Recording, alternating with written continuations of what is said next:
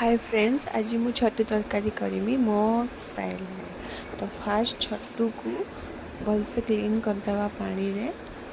तापर दुईटी छोट आलू नवा बड़ साइज मीडियम साइज आलू एवं छतु को भल करी काटिदवा क्लीन करिकी।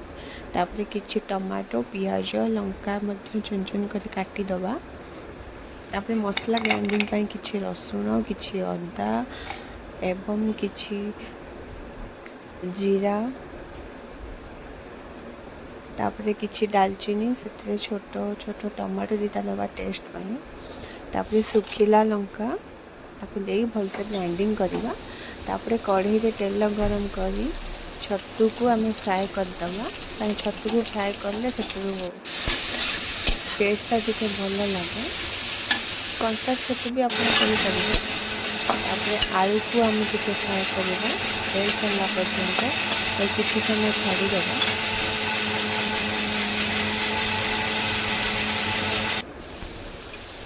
देखंतु एबे आलू मोर रेड हो जाइछि।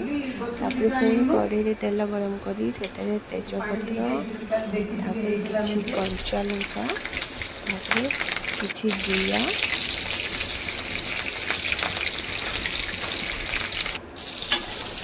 तापरे किछि पियाज कटा होइतिबा पियाज को पकेइकी भलसे ताको भाजिबा को छाड़िबा। पियाजटा जेमिति टिके रेड हो आसिबा।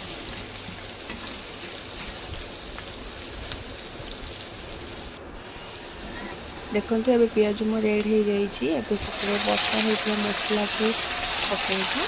मसला को भलसे मिक्स करिबा।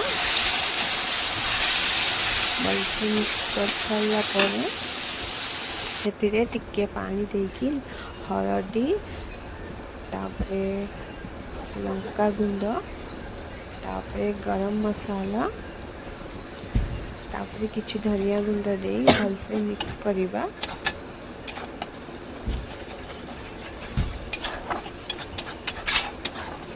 मिक्स कर सारला परे सेतिरे कटा हेतबा टमाटो को पकेइबा। ताको भलसे मिक्स करिबा। तापरे लूण पकेइबा स्वाद अनुसार। ताको भल कर मिक्स करिबा टमाटो मेल्ट होला पर्यंत। एबे देखंतु मसला हो जाइछि मोर तेल मसला तेल अलग हो जाइछि भल भाबरे। एबे आमे सेतरे आलू एवं छतु को पकेइबा।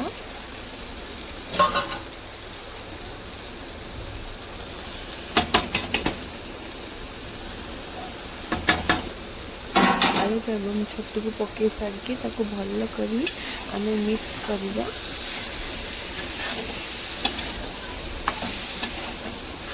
भल करी मिक्स करके सेतरे टिके पानी दबा। पानी देकी बेसी पानी दबानी फास्ट टिके पानी देकी ताको ढांकीकी आमे आलूटा टिके सिझिबा पई आमे छाड़ी दबा। देखंतु मु पानी दे देइछि। एबे जस्ट टिके पानी देइछि। एबे ताको 2 मिनिट पाई बा 3 मिनिट पाई ताको ढांकी देली सिझिबा पाई। एबे देखंतु मोर आलू सिझी जाइछि। 2 मिनिट परे मु काढिछि आलू सिझी जाइछि। आपण चाहिए आपको कषा करी खाई परिबे एवं पानी भी दे पारिबे। तो मु एतरे पानी देमी कषा करनी पानी देवी। तो देखंतु फाइनली तरकारी हो जाइछि रेड हो।